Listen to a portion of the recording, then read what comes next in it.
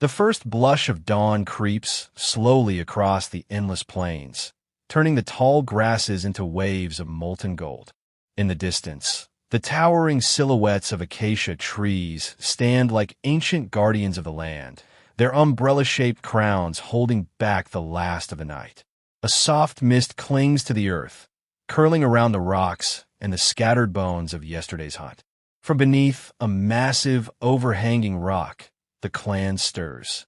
Their movements are slow, deliberate, every sound measured, for even the rustle of grass can draw unwanted attention. The eldest male rises first, his frame lean and strong from a lifetime of chasing prey and fleeing predators. His eyes sweep the horizon, scanning for the flick of a tail, the glint of fur, or the ripple of wings in the sky. Beside him, a young female cradles an infant against her chest, its wide eyes blinking in wonder at the morning light. The child reaches for a strand of her hair, unaware of the dangers that prowl beyond their shelter. In the cool air, every exhale forms a small cloud, quickly swallowed by the wind. To the east, the ground trembles faintly as a herd of antelope grazes, their ears twitching at distant roars. Farther away, a shadow moves, sleek, low, and predatory. The clan feels it before they see it, their instincts sharpened by generations of survival. One by one, they gather what little they own: smooth stones, sharp-edged flakes, and woven grass pouches. They know this day, like every day, will demand caution, speed, and cunning.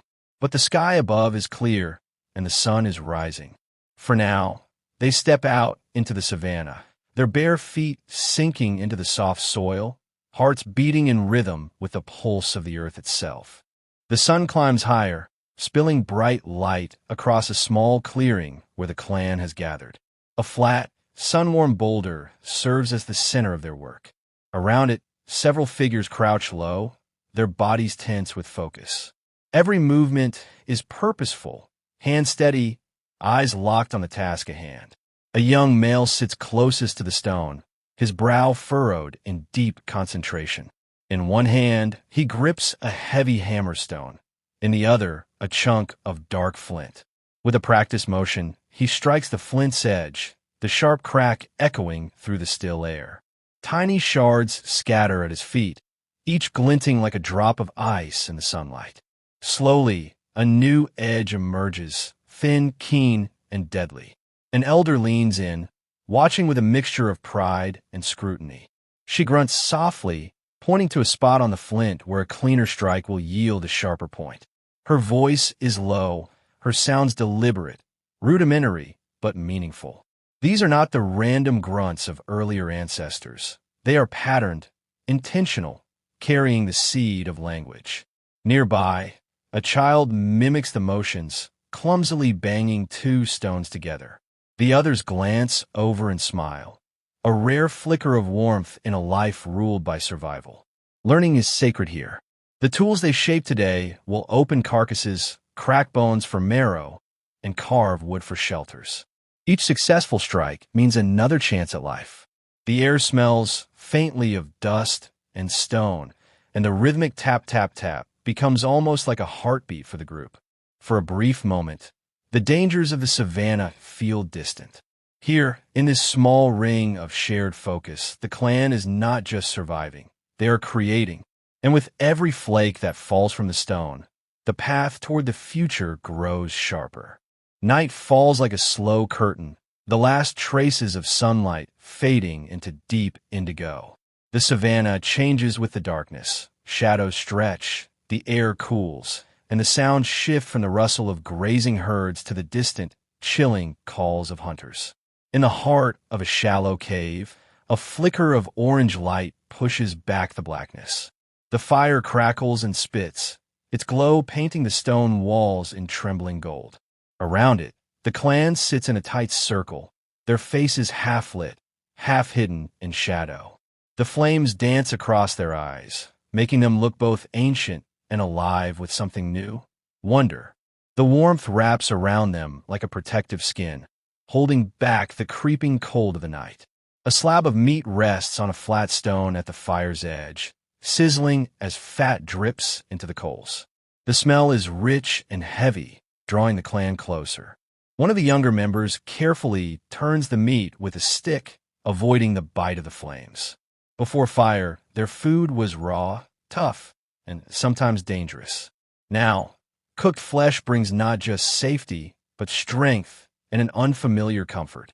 Outside, predators prowl.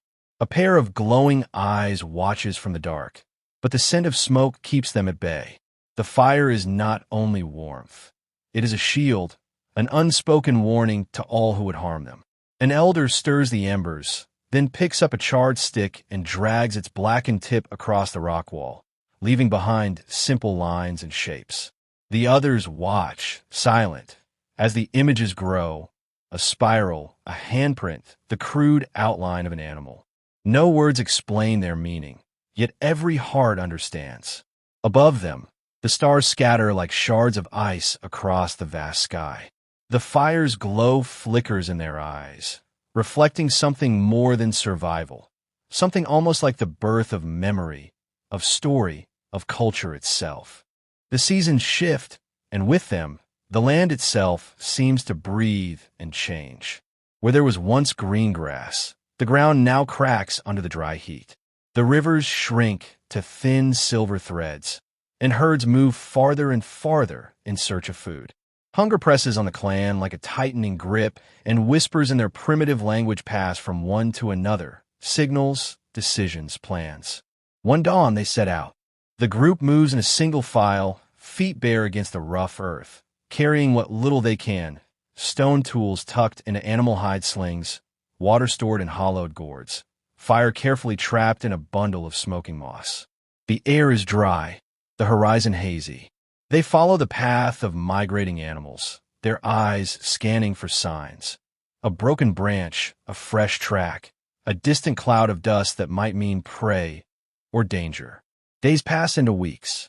The land unfolds in strange ways. Rolling hills, jagged cliffs, forests that hum with unfamiliar sounds. For the first time, the clan sees snow. It clings to the mountains like a sleeping beast, white and cold under the sun. They touch it, gasp at its bite, then watch it melt into clear water in their palms. Every step forward feels like trespassing into a new world, one not meant for them, yet calling them deeper. Predators follow them, silent shadows along the edge of sight. Storms sweep in without warning, and the cold becomes a living thing that gnaws at their bones. Yet still they walk, drawn by something they do not name but feel. A need to move, to find, to survive. At night, they huddle around their fire under skies crowded with unfamiliar stars. The stories they tell now are of lands beyond the mountains, of animals taller than trees, of waters so wide they never end. They are not just moving across land. They are crossing an invisible boundary in time, carrying their kind toward a future they cannot yet imagine. The valley is alive with color and sound.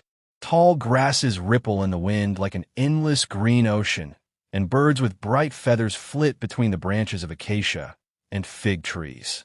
Along the riverbank, a group gathers, taller, straighter, their faces more refined, their eyes sharper and filled with a depth of thought unseen in their ancestors. These are Homo sapiens, newly emerged, yet already different in ways that will shape the world. They move with a quiet purpose.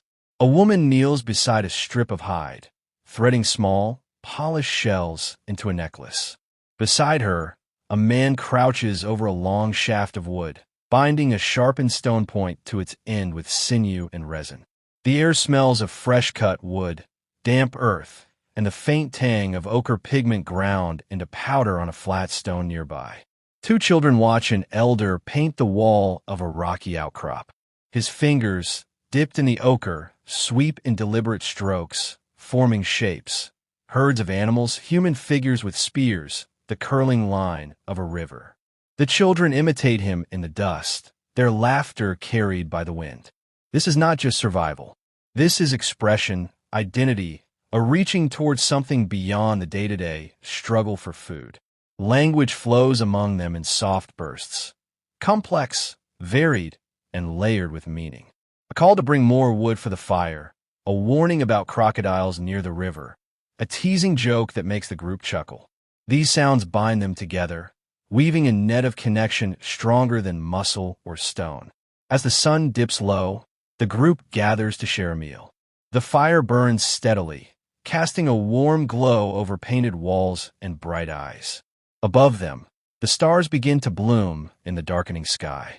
The people lift their heads to look, not with fear, but with wonder, as if sensing that their journey has only just begun and the world is far larger than they can yet see. The air is colder here, carrying the sharp bite of a northern wind. The forest looms dense and dark, its tall pines swaying and whispering in the gusts. Through the undergrowth, Homo sapiens move cautiously, their breath clouding in the chill, their spears gripped tight. This is not their homeland. The trees are thicker, the animals heavier and furred for the cold. Yet they're not alone in this place. From between the shadows, figures appear, broad-shouldered, thick-boned, their faces framed by heavy brows. Neanderthals. For a tense moment, the two groups stand still, watching each other, every muscle poised to act. The air hums with the weight of two worlds colliding. Both are hunters. Both are survivors. Both understand that resources here are precious. A Neanderthal male steps forward, holding a flint blade, its edge gleaming in the pale light. One of the Homo sapiens raises a hand, palm outward, not in threat, but in greeting. The moment stretches like a taut cord, until the Neanderthal lowers his blade. What follows is slow, halting, and fragile. Gestures replace words, pointing to a mammoth's track in the snow, offering a scrap of dried meat, exchanging a sharpened spear point for a strand of beads. The fire they build that night burns in a shared circle, casting its light over faces so different, yet lit by the same flicker of intelligence. In the days that follow, some move together on hunts. Others remain wary, watching from the trees. But there are moments, a shared laugh at a clumsy stumble, a child reaching for another's carved toy, that hint at something deeper. In time, bonds form. In the mingling of bloodlines, the two species leave a shared legacy in the generations yet to come. Under the starlit sky, the fire glows bright against the snow, a beacon in the vast cold. The same flame that once guarded the first hominins from predators now unites two branches of humanity, carrying its warmth forward into the unbroken march of history.